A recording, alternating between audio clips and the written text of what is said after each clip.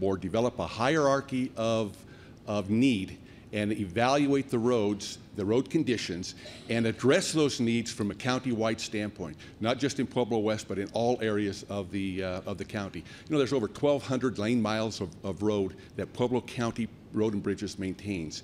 And as any good public works entity will do, they will develop a hierarchical system that allows for the maintenance of those roads on a priority basis. And that needs to happen in conjunction with the Pueblo West Metro Board.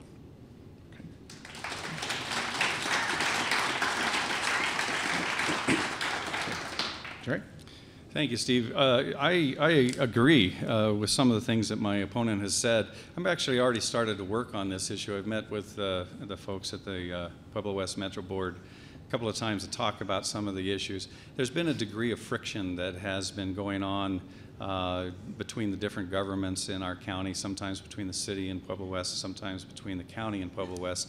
And so they reached out, and we've talked a little bit about what can we do to eliminate that friction. So we've had a good dialogue begin on it already. The roads is one of the issues. It's one of the first issues that I saw in my career working with the county where that friction first started to come up. And one of the things that Pueblo County has insisted on over the years has been insisting on some of the same street standards for Pueblo West as it does for the more urbanized areas closer to the city. Things like curbs and gutters and things like that. But the message that the folks in Pueblo West have argued for a long time is look, we need help with it, but if you make us go to that expense, we can't afford to do all the things that we need to do on our roads. We have a different design of a lifestyle there, so curbs and gutters don't necessarily fit. I frankly agree with that. I think that a rule of reason needs to come into play, where you sit down with the folks, you find out what your minimum standards that you can live on in order to make sure that you've got a good traveled roadway, and what they want, and see if you can negotiate that, and find a way to be friends and not enemies.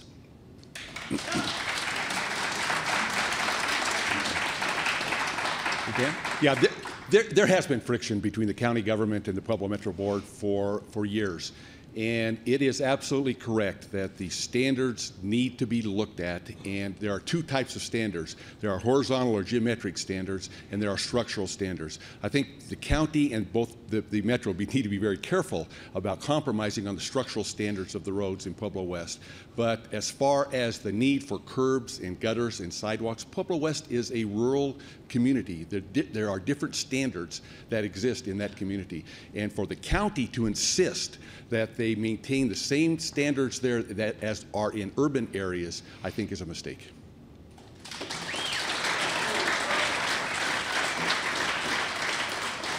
Terry? Okay. Next question, Terry, you'll handle this one first. Can you tell us how county services would improve for residents if you are elected?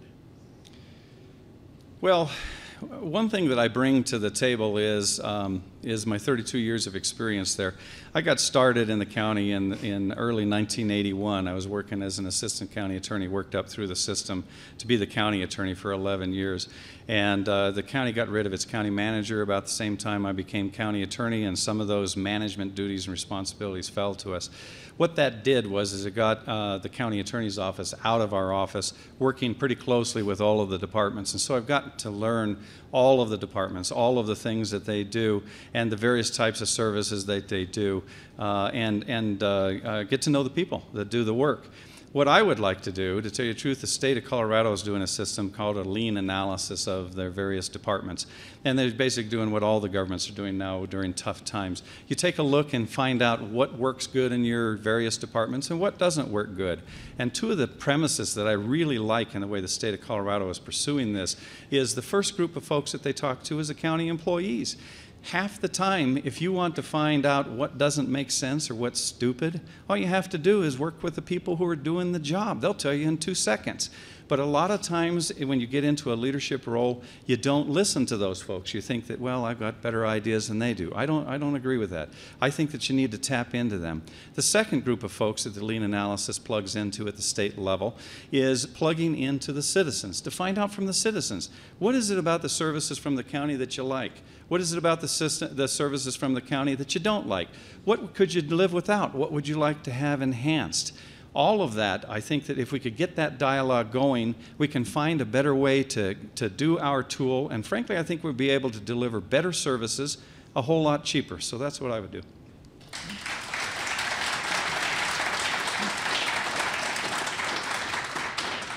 You know, it's been stated that we have 3 new commissioners this January.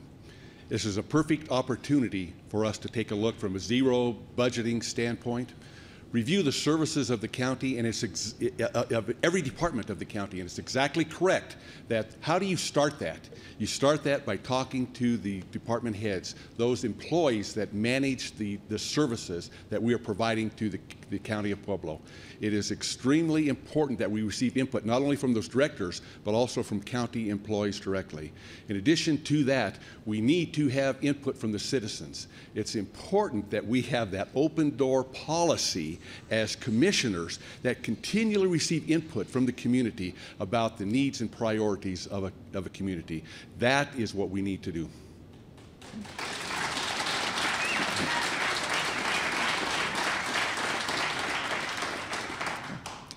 I want to emphasize what Dan just said. Open, transparent government with accessible leaders. That is the mantra, and that's exactly what I think makes good government.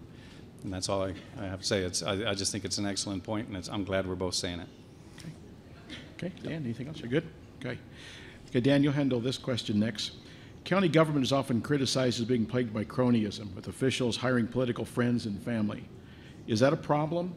And how would you address that concern? You know, I believe anecdotally that is a problem.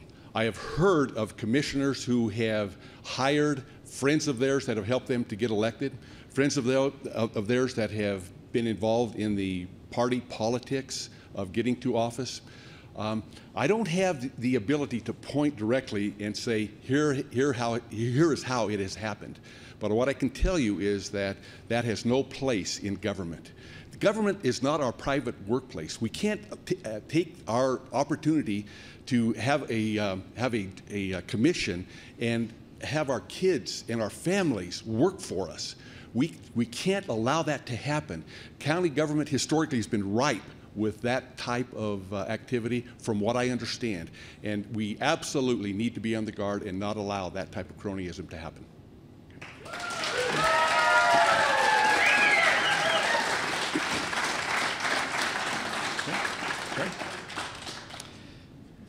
Well, I agree.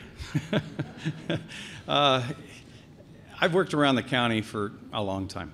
And one thing that I have learned is that if you want to know what's going on, whether it's accurate or not, just plug into the grapevine. The rumor mill is just enormously active in the county. Actually, you can find out some pretty interesting things by plugging into it, so you want to keep those things alive.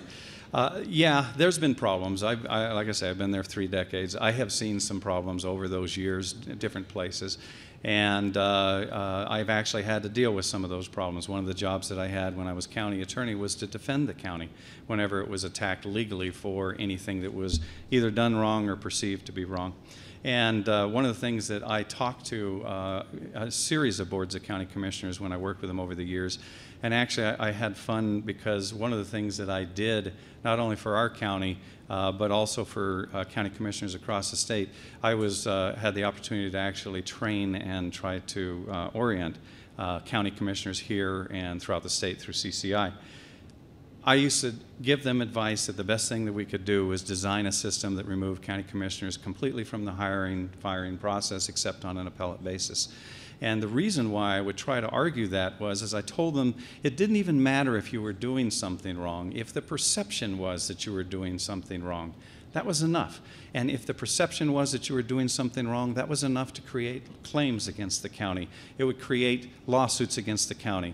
And so the best way to bulletproof the system was to get the county commissioners out of the process, try to develop more of a civil service type of a system that protects county employees, but is an objective method of hiring employees, disciplining employees, and firing employees. And I'm very much in favor of that.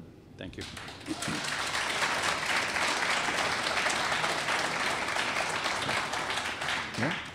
I would even add to that should apply to every elected official in Pueblo County government, not just the county commissioners and who they control, but every office of every in every department.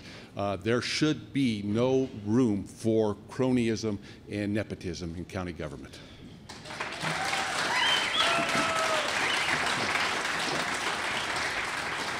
Yeah, I don't disagree. We're going to have to change a lot of state statutes to get with the other elected officials.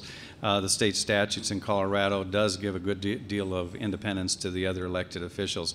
But Dan's right. My thought is these are public jobs. This is the people's money.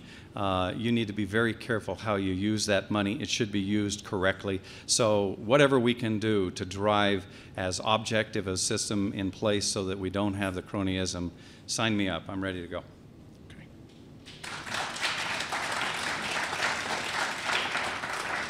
Okay, Terry, you'll handle this question first. We had a great rainstorm last night. But every time Colorado Springs gets hit with one of those, it's trouble for us. So what is your position on the stormwater issues in Colorado Springs and then the correlation to the Southern Delivery System pipeline? Thanks, Steve. That's a great question. And I notice it in the paper on a regular basis, too, so I keep educated on it.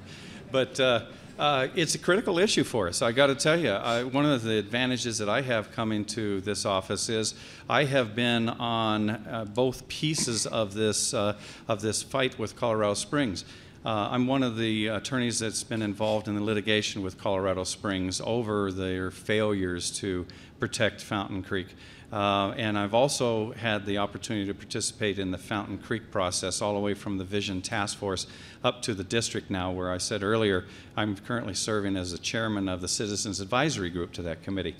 Bottom line is I have learned a lot in that litigation. I've learned a lot in those negotiation sides, both sides. I personally believe that the only way that you can truly negotiate is to negotiate from strength. So I do feel very strongly that if Colorado Springs does not do what they're supposed to do, that we have the power, the strength, and the will to take them to court. And that's exactly what we did, and that's exactly why we did it. Now, do I think that Colorado Springs is doing better today? Yes, but they have a long, long way to go. The estimate is they have about $500 million worth of stormwater improvements that they need to do to bring them up to the standard of what most communities in this state are already doing. That's pretty tough to do when you dismantle the stormwater enterprise like the city did just fairly recently.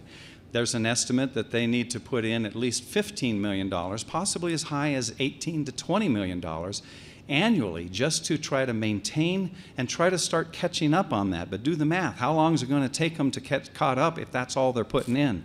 Colorado Springs needs to do quite a bit. I think that they have failed in their efforts with the Southern Delivery System. I frankly think it's time to pull that permit back on the table, and we sit them down and say, how are you going to pay, and prove to us that you're going to pay for what you promised to do when you got that permit.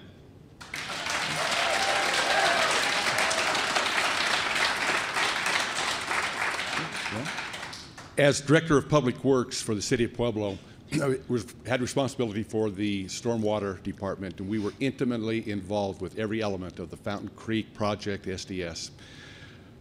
I had the opportunity this week to meet with officials from the Colorado Springs utilities, and I very calmly explained to them, you understand there are 3 new commissioners there will be 3 new commissioners, and everyone will be lockstep in holding your feet to the fire. In fact, I told them if Colorado Springs does not meet every single requirement of the SDS, then the 1041 permit will be suspended. Now, they understood exactly the seriousness of the issue, and that we in Pueblo County are sincere and adamant that we will not put up with a violation of the agreement that is included in the 1041 permit that Colorado Springs has agreed to. Now, there's some benefits to Pueblo. You know, not only have they committed to $75 million of stormwater improvements that they will be doing, and again,